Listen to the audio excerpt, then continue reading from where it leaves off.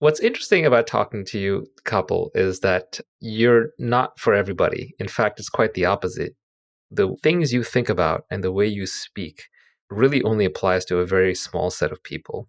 This discussion is going to be unique in multiple ways. And one of those is that it's just not going to make sense for most people. It doesn't mean that you should try and have it make sense to you. It's not something to aspire to. It's not some graduate level course. It just doesn't have interest for most people. But again, it's not advanced, it's just different. Another way in which this differs is that I'm nervous to have this conversation. And normally I'm not that nervous about podcasts or conversations. In fact, I'm very confident about them. In this case, I'm a little nervous because all the questions that I want to ask you and all the things that I want to discuss with you are intensely personal. If I'm not genuinely interested in the answer, then I'm not really asking the proper question. I'm just showing off for the audience. I've been working with you, Kapil, for years now. I forget how long, actually. It's been quite a while. And I'm not proud of that. It's actually a failure, right? Because whatever I need to figure out, I should have figured out by now. Why do we still have to keep going over the same old ground? But the territory that you're walking or the things that you're interested in and your take on them is so unique that it takes time to even just understand the vocabulary and the grammar of how you speak and how you think and how you behave and how you view the world. There are a couple of keywords we can start with. I'm going to start with the hardest one. It's hard because it's the most unique. It's a word that you use over and over.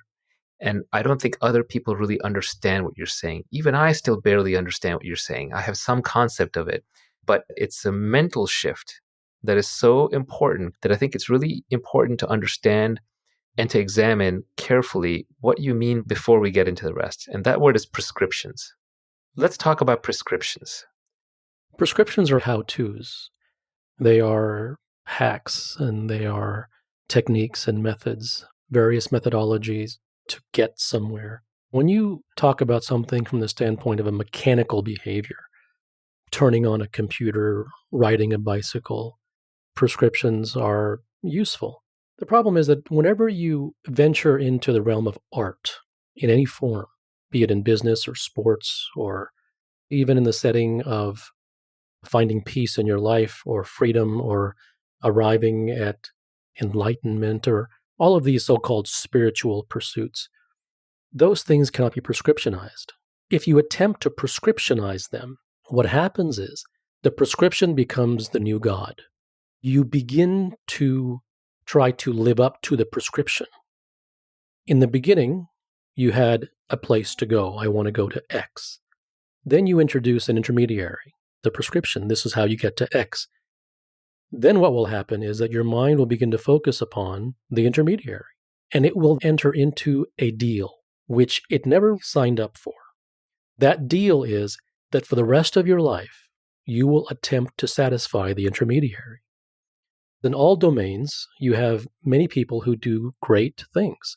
The Buddha attained enlightenment. You have Michael Jordan and Tiger Woods doing amazing things in golf, and Elon Musk and various individuals who do great things in business, and even yourself. If you take what those people did and you write a book and said that these people did X, if you follow that, you will not become them. You will not. I've found business biographies to be useless for building a great business. They're good for inspiration. I can read Steve Jobs' bio and be inspired, but I can't be Steve Jobs. And if I want to be amazing at something, then I have to find my own way there. For mechanical things, how-tos work. But when you're trying to operate at the top of a field, or when you're trying to do something creative, how-tos don't work beyond the most extreme basics. When you're first starting something, it is actually a mechanical endeavor. You're just figuring out how to drive a car. But when you're trying to figure out how to race it around a track faster than anyone else, then all coaches and techniques and prescriptions have to fall by the wayside, and you are at the edge of the art. That's correct. Now, the problem is conditioning. When there's only been one loudspeaker in a person's ear for his entire life, then that is his norm, and that is the only language that he knows. That paradigm of how to is so embedded inside the culture. It is so deeply embedded inside the cortex of the human brain that the idea of omitting it or the idea of even challenging its existence is completely off the wall. It is so otherworldly and antithetical that It takes years to even get to the point where the idea of prescriptions being a impediment to whatever that you seek begins to dawn. People consider you to be a spiritual guy on Twitter. And in my understanding, you're not like that at all. Spirituality is a pointless word. It's about utility. Is something useful? Does it get you where you want to go? You're always talking about extreme performance. And that's why your brand is Sitha Performance. It's seeking performance, essentially, and seeking the truth that gets you to the highest performance in all things, whether it's business or sports or peace of mind. This drive towards utility, reality, truth, performance, they somehow wander into spirituality. People interpret them in spiritual ways, but it feels like spirituality is so cluttered with nonsense that it gets lost. Your model makes sense if one realizes that it's designed to go after extreme performance. If you want to be the best in the world at anything, you cannot follow prescription. If you want to be okay at it, then sure, you can follow prescription. If you want to learn how to lose a pound a month and get in decent shape, then you can follow a calorie counting worksheet. But if you want to be a shredded bodybuilder or an Olympic athlete, you're not going to get there through how-tos. You're going to have to create and forge your own path that is unique to you. Would that be a good way of putting it? Well, what I will add to that is that one does not have to want to become the greatest in the world. If you look at the lives of human beings, there is intense struggle. The guy who works 3 jobs doesn't want to work 3 jobs. He may not want to become Tiger Woods, but he wants to be beyond being forced to work 3 jobs. What keeps him working 3 jobs is prescriptions. The futility of prescriptions does not just harm one who wants to become world class. It gravely harms the one who simply doesn't want to struggle. The way I think about it in the business world is that hard work has very little to do with effectiveness. The grocery store owner or the person working at a restaurant might work 60, 80 hours a week, and that might be all Elon Musk is working. But Elon's making a lot more money because of his specific knowledge that cannot be taught, but can be learned on the job if you have a strong enough desire. Because Elon is doing the right things, he is far more effective in earning power. And the right things, at least in business, can't be taught because it's a moving target. You can only give very vague principles that inspire people to head in the right direction, but I can't teach you how to make money or trade the stock market. It's like when people ask you for stock tips. No one who's any good at stock trading gives actionable investment advice in a public forum because all the details are too hard to convey. I can always tell people who ask for stock tips, they're not really serious about investing.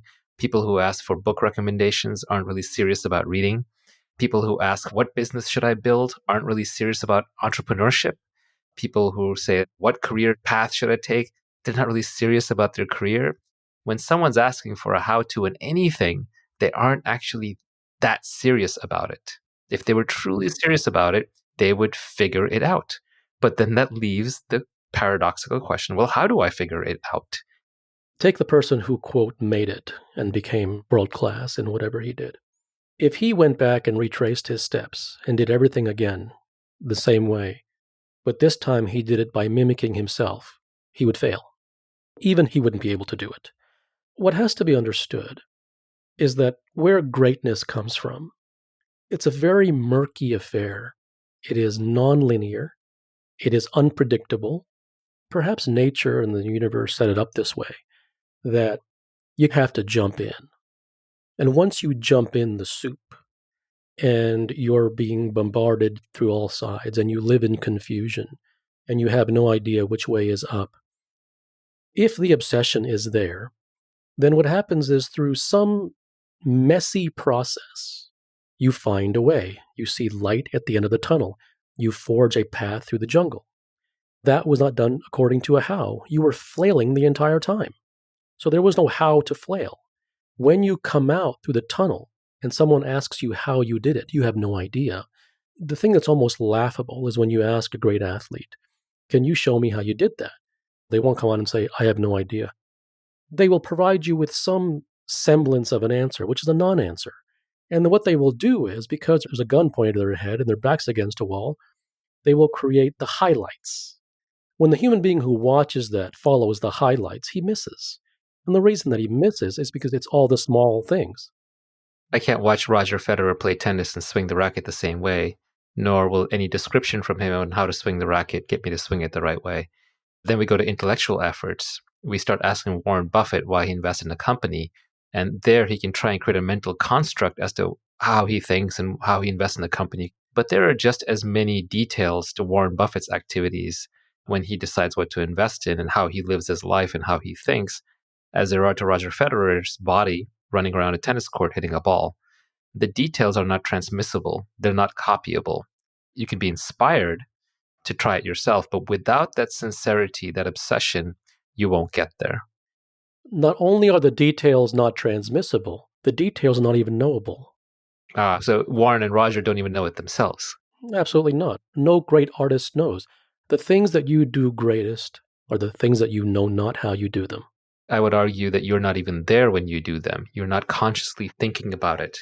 I find that when I'm speaking, I do best when I'm not thinking about what I'm going to say, and I don't even hear what I'm going to say until it comes out of my mouth. You become as surprised as the audience as to what you're going to say. That is just pure. What does pure mean? Pure is not morality, and pure is not good. There's no good and bad. And that's a whole other topic itself. That's actually the next topic I want to get into. That's another set of assumptions that everybody has that to understand you have to be left by the wayside. What we're doing here is we're trying to focus on what is true. And that means we're going to speak as honestly as possible, which means we're going to be vulnerable, which means we're going to say things that are socially unacceptable, and we're going to say things that are potentially surprising. And it's very difficult to speak truth in a public forum. And why is that? Because there's an internal dialogue which says that a person wants the audience to understand. There's definitely that. There's also a piece of it that society is a set of collective lies that we all believe in so we can get along. It allows us to establish lowest common denominator consensus so we don't all kill each other and we can cooperate. But there are these shared fictions that we have to maintain for that society to function, which is fine. There's a cost to that, and the cost is borne by the individual. It all comes back to DNA, not genetic DNA, DNA in one's sensibilities, the way that he is wired. And for some people's DNA, what society thinks is almost an insult. If we don't discuss truth here, then what's the point of having a conversation? If there's any compulsion that the audience should understand, and it doesn't mean that I go out of my way to try to be arcane and abstract, but it isn't about anyone understanding. It's about speaking the truth. Now that we've established that prescriptions don't work and that we're here to discover the truth and we're looking past good and bad and right or wrong, and we're just trying to figure out the answer, let's pick the first thing that we're going to dive into. Freedom. What does freedom mean to you? Freedom is freedom from the mind. The only reason that any human being is not free is because of his mind. It is the mind which creates his tortures. It is the mind which creates his anxieties. It is the mind which creates his conflicts. It is the mind which creates his rules. All that he is confined by, all that he is imprisoned by, is the mind, not anything else. When I was young, I wanted freedom, but I wanted freedom in the sense of I didn't want to be trapped in the house. I wanted to be able to live where I wanted. I wanted to be able to make money. I wanted to have a girlfriend. I wanted to go to a place where I could do whatever I wanted, whenever I wanted. That's what I wanted. In my mind, freedom was just getting away from physical constraints and material constraints. I got all that stuff. I traveled the whole world. I ate all the food. I made all the money. I got all the things that I wanted in life. Yet the quality of my life did not change that much. The quality of my moment-to-moment experience didn't change that much. That's because I hadn't changed that much. My internal experience was still very much the same. Every time I got something, I wanted the next thing and wanted the next thing and wanted the next thing. All the same pains and tortures and miseries were still there. Maybe some were better. Obviously, it's better to be rich than to be poor. It's better to be healthy than to be sick. But beyond a certain point, my baseline level of peace had not changed that much.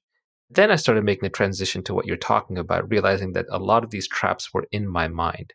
But you've just jumped all the way. You're saying, no, it's all from the mind from the very beginning. Yes, any freedom that leads to the desire for more freedom is not freedom. If there's a bleed, you don't clean the tributary vessels. You want to look at the source of the bleed.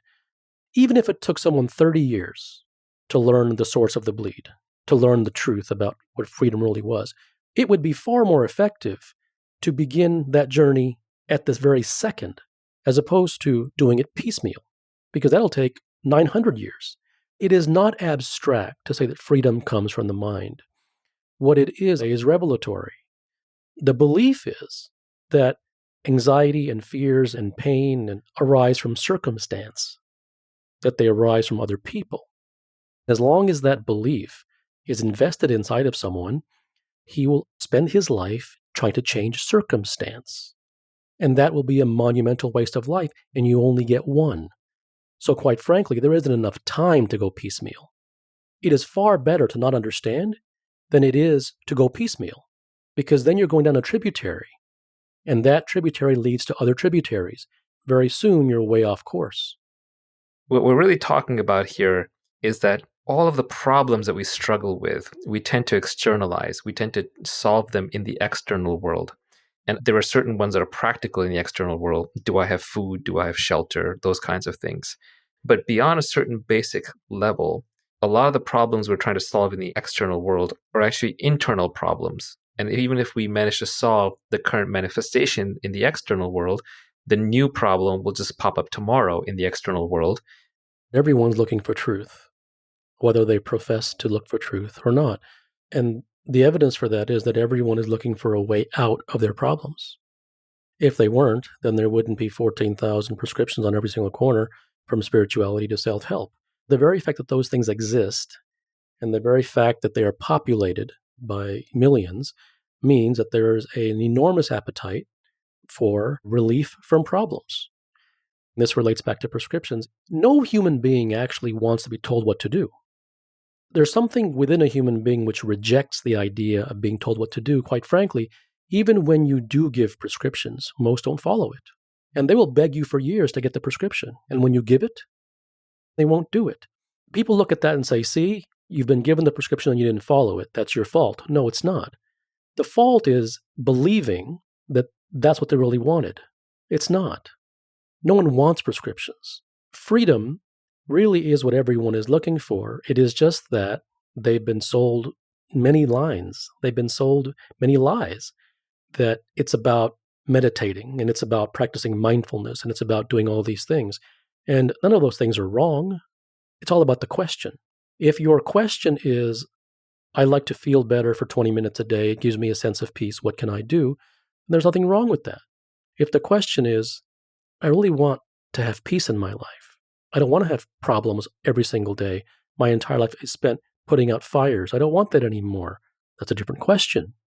Then those prescriptions are invalid for that. So what is the most important question? I would begin with the one that's most acute for a given individual. Now, broadly speaking, everyone's problem is problems. Anxiety, fear, concern, worry, conflict, confusion. This persistent non-specific anxiety is probably the single most common human condition that most people are trying to get away from. Yes. And the naive version is, I have anxiety because I don't have enough money, so I need to go make more money. Then the slightly more sophisticated version is, boy, I wish I could just get over the anxiety of feeling like I don't have enough, because practically speaking, I have enough, but for some reason I'm still anxious. So I'd love to get rid of that anxiety. What's the next level after that? It's a more fundamental level. The next level is zero. The idea that someone should get rid of anxiety is the problem. The problem is not how do I get rid of anxiety. The way is actually to learn where anxiety comes from. The people who have conquered anxiety are the ones who had a clear understanding of what it is and where it came from. The solution to a problem is never the solution. It's always the problem. The solution to any problem lies squarely deep within the problem. There are not two things. There's only one. Everyone is taught to look for solutions, and they believe that the solution is independent of the problem. But ingeniously, nature has hidden the problem inside the solution, and maybe it did it because it wanted human beings to look inside the problem. The definition of the problem is the key.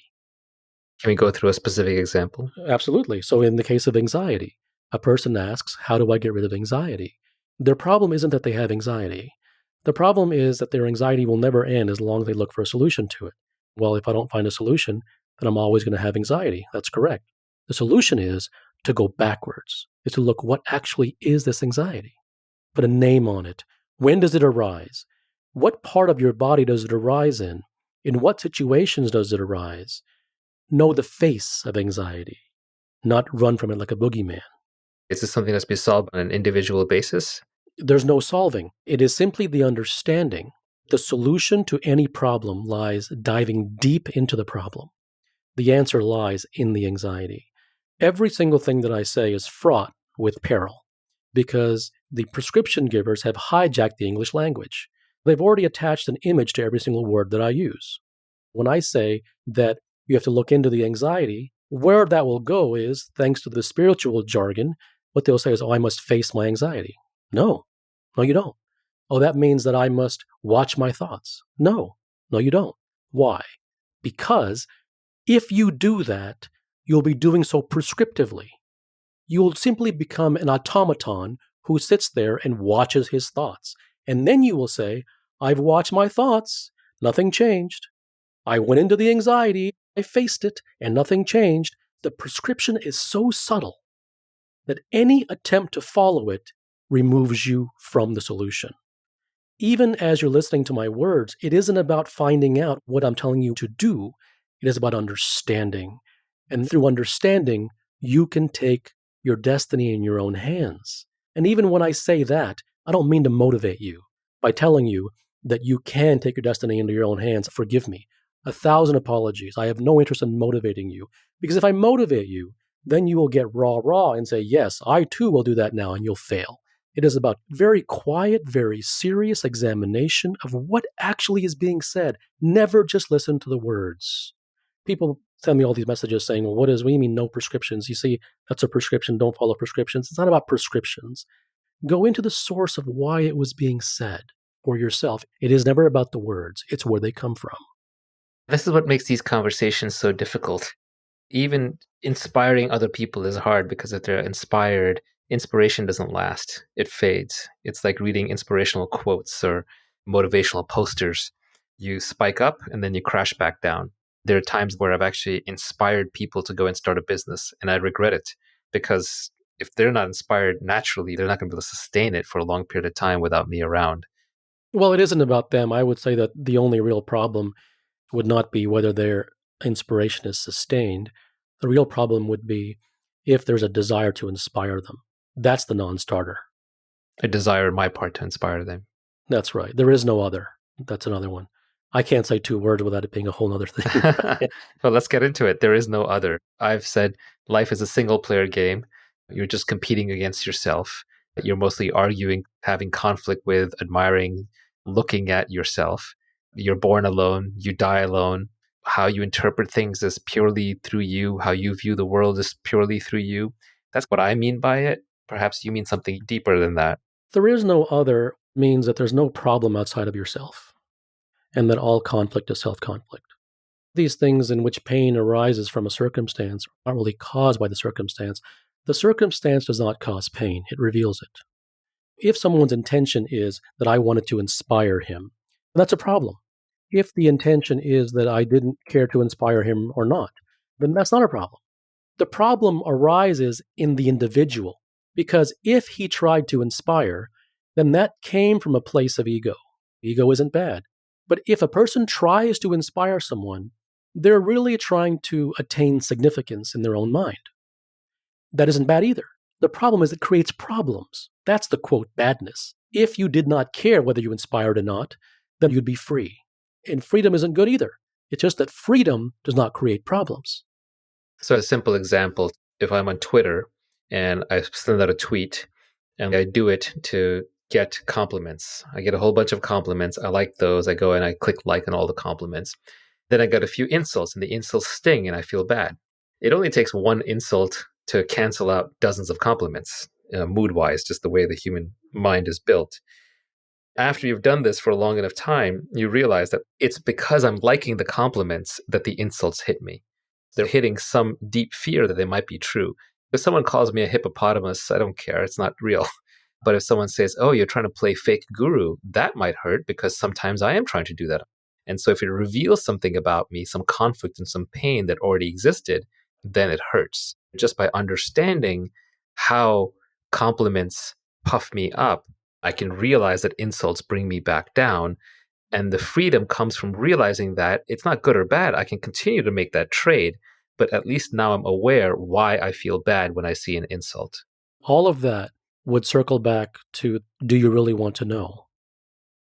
Are you the type of individual who really wants to know and understand where these things come from because you have a longing for getting over that for good? One doesn't necessarily have to go through the understanding. It's helpful to have these kinds of illusions because that's how we function in society. You could argue society conditioned us that way so that we could be functional in normal society. But as you understand more of these things, one of the interesting things I've noticed is as you peel the onion, it has to be done genuinely. Otherwise, it's not real. Otherwise, it's just another pleasure chase. Even genuine isn't a rule. There's no need to be genuine. That isn't good. Like humility, it isn't good to be humble. Nothing is good. Yeah, if I'm engaging in self-improvement and I'm feeling good about it, then my mind will eventually be occupied with this new image of being the guy who's good at self-improvement. And I've just created another trap for myself. It's all a shell game. That's exactly right. One thing I've noticed is that one of the ways in which I know that I am finding truths out is that problem is solved for good. That's exactly right. I don't have to revisit that same problem again. Because that problem is solved for good, both my internal state and my external state, quote unquote, improve. They change. Improve is a big word. So the more they change. Internally, I'm quieter, and externally, my life is less complicated. You have brought up a seminal point, which is it is not about the journey. It absolutely is about the destination. You want to get to the point where you don't have it anymore. You aren't looking for treatments. You're looking for a cure. There is a destination. It isn't about spending the next 90 years getting assaulted and then feeling better, getting assaulted, then putting Tiger Balm on it. It is about wanting to get over it. Destinations and journeys, that's another lie. It's not about journeys. It's about destinations. Now, destinations require journeys, but everything that you do in your life is defined by the destination. The moment that you leave your house every single day, you have a destination, and the destination creates the avenue. This is one of those social lies where everyone says it's about the journey is the reward. Yeah, the journey is the thing that you're actually on. That's where you are right now. But if you don't get to a destination, you've sort of wasted your time. Well, if there was no destination, no one would begin any journey. If there was no compulsion to arrive anywhere, then nobody would begin any kind of journey at all. It is just that most people's destination is the prescription, wearing the orange-colored robe and then sitting in front of the incense and having the self-image that I'm a yogi and that I am meditating and I'm doing all the spiritual things. And that becomes a destination in itself, that I have achieved that self-image where I view myself that way. So what is a worthy destination? Oh, there is no worthy. It is not about enforcing rules. There are no rules. Rules are to be avoided at all costs if one is sincere, because wherever there's a rule, there's insincerity. It's like Stoicism. It's a rule. It can't go anywhere. It's more self-image creation. Everything begins with the truth. What is the truth? The truth is that in a human being's life, he has problems. That's the truth. In a human being's life, he has specific problems. Some problems that are more acute for him than for his neighbor. His most acute problems are his living reality. They're not abstract. They're not spiritual. They are in his face, and he lives in that every single day. That is where to begin. So one begins very concretely with one's own problems. There are real problems that everybody faces. And if you have a genuine desire to solve these problems once and for all, the way to do them is not to follow some routine or build up some image of the person who solves problems. It's to examine them for the truth, no matter how unpopular or how untransmissible or unexplainable it might be. And if you look for the truth and you find it, you'll know you found it when you've solved the problem. And if we go back to zero for a second, zero is the understanding that problems can be solved forever. Society believes in journeys. Society believes in endless treatments forever. Practice, practice, practice, practice, practice forever. When the whole game has been set up to practice forever, then there is no conclusion. There is no arrival of anything. There's a way for people to see that.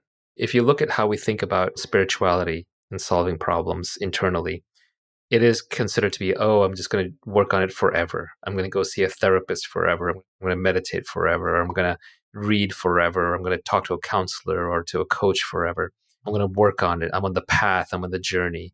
But if you go into very practical things like making money, nobody says, I'm going to work forever. No, they're like, I want to make a pile of money, right? If I'm starting a company, I want the company to be successful. I want the company to go public or to get acquired or to generate so much cash flow that while I'm still alive, I can spend that cash. In the money making context, we're extremely practical. We want to make that money while we're still young enough and alive enough to spend it. But in the internal context, we get all spiritual and start talking about maybe the next life, maybe in heaven or in hell or in my reincarnated life, or I'm just going to keep doing my self work and my self improvement until the day I die. And it's considered acceptable to never arrive at a destination. There's a very simple truth as to how to arrive at getting over your problems without having to lift a finger. You've got my ears. It's all about exposure. If a person sat on his couch for the next 50 years, his internal environment, from his mind to his brain, everything within him, is a direct resonance. It's like a tuning fork. It responds to the inputs, same as a microphone. If that human is exposed to truth on a regular basis, his ears don't even have to hear it consciously. Something inside of him will internalize that truth, and that will become his new norm. A human being becomes his environment, and that is why it's absolutely critical to savagely and surgically arrange one's environment in a way that is in accordance with where he wants to go. No one does that. If a person is exposed to truth on a regular basis, now not prescription, it's got to be straight truth, then that becomes his norm. That becomes the way that he thinks. His brain begins to rewire itself. There isn't a single amount of work that needs to be done. There isn't a single amount of psychotherapy that needs to be done. No medications. The human body treats itself. It all depends upon the input. It is all about one thing and one thing only: exposure. You become that which you are most consistently exposed to. In a modern context, the people who are very interested in truth and in conquering the mind and in internal freedom tend to coalesce on reading the same books, thinking about the same things, listening to the same podcasts, talking to the same people. And even though prescriptions don't work and no book is going to make you conquer the mind, and listening to any podcast is not going to give you internal freedom, eventually at some point it does soak in. You're attracted to what you want to be. And as you immerse yourself in it, you have no choice but to become that over time. It's like in wealth creation. If you want to start a company, you go to Silicon Valley or you go to a pool of entrepreneurs and you spend enough time around them. You hang around the tech business long enough and you'll be in the tech business. You hang around a bunch of techies, you'll be talking tech all day. So we're naturally drawn to certain things. And if we can immerse ourselves in them, it creates inevitability to the future. And to take it to the next level, it's about titrating that environment. Because any environment from Silicon Valley to anywhere else, while it has the benefits, it will also have the detriments. It's about titrating out all that is not wanted and titrating in all that is. It can very much be fine-tuned like a buffet. I want to talk to you about a specific issue I've noticed with myself. I've known this for a while, but it's just really bad. I don't fully understand why it persists even though I see it. Every time I am figuring something out for myself and I'm going down a good path of figuring it out. As an example, I was reading something recently. It was resonating with me. And every time I read a sentence, then I would get into thought about what that meant, how that applied. I would have my own interpretation. And it was going well. Naturally, I found myself in my mind's eye lecturing it to other people, teaching it to other people. This invariably happens with me. As soon as I start figuring something out or understanding it, I start turning it into a tweet or a podcast or some lecture to tell other people. And I see this over and over again in my mind. Why is it that I keep converting everything into an instruction for somebody else? Why does it not feel real unless I'm teaching someone else? Why does that matter? So there's two things that are wrong with that. One is, of course, a social thing, which is you should be humble and figure things out for yourself. And why are you trying to tell everybody what to do? That's the societal inflicted one. I care less about that. The one I care more about is you can't give society the raw truth on almost anything. The moment you have to turn it into something in your mind that is being taught to others, you're actually weakening it. You're introducing falsehoods and caveats. You're not facing the raw truth necessarily. But that doesn't matter because the greatest desire always wins. And if the desire to share it and to turn it into a teaching is there, it's there. If you genuinely want to get over that, then the quickest way there is, guess what? To allow yourself to teach it. Because any suppression is regression. It's just more self-conflict. It's another should, and it's slowing things down. Yeah. So just go right through it. Don't even go through it. Just understand that if you do, then you do. The very fact that you caught yourself doing it is enough. There's no need to do any more. When fire burns, as long as it's allowed to burn, it'll eventually burn out. I do not want to engage in self-conflict. I'm now very aware of that when two parts of my mind start fighting each other. There is this tendency that we all have to favor one versus the other. Oh, this is the good part, and this is the bad part. This is the angel, and this is the devil. The shoulds and the shouldn'ts are pure poison. Never try to reel your mind in. Give it free rein. Your greatest weapon is the understanding and the awareness of where it's going, not watching your thoughts like a mechanical automaton. It is just the understanding that you know where the mind is going and that you do see yourself doing this. That sight itself has already poked a hole in that behavior. Let's talk about using the mind to understand the mind, because this is where spirituality gets very confusing. Some people believe that you're failing if your mind is even running. They're trying to suppress the mind. Others believe that there's a right way the mind should work and a wrong way the mind should work. The right mind should suppress the wrong mind. That's a classic, call it the Christian or Muslim or Jewish view, which is these are good thoughts and those are bad thoughts. Then there's the self-inquiry nature, which is, I think, a little bit what you're saying, which is the mind can be used to understand the mind, but not necessarily interfere with it. It all depends upon where do you want to go. Without that, there is no conversation. And the reason why all these philosophies exist is because that question hasn't been asked. Right. They're trying to accomplish different things. Everyone dives into the prescription. Everyone's impetus for entering the game is the should and the good and the bad and the should not. That's the impetus. The impetus has to be, where do you want to go? Because the answer to that question will create the path. So let's say I choose freedom. Okay. If someone truly wants freedom, then the truth behind that is freedom from the mind. The idea of trying to understand the mind with the mind, that's intellectual. It's irrelevant. That's just a mind-created phenomenon. Understanding is in a certain place, and we're not going to label it with any anatomy. We're not going to call it mind. There is a capacity to understand. And whether that's 1 part mind or 2 parts mind or 0 parts mind, it's irrelevant.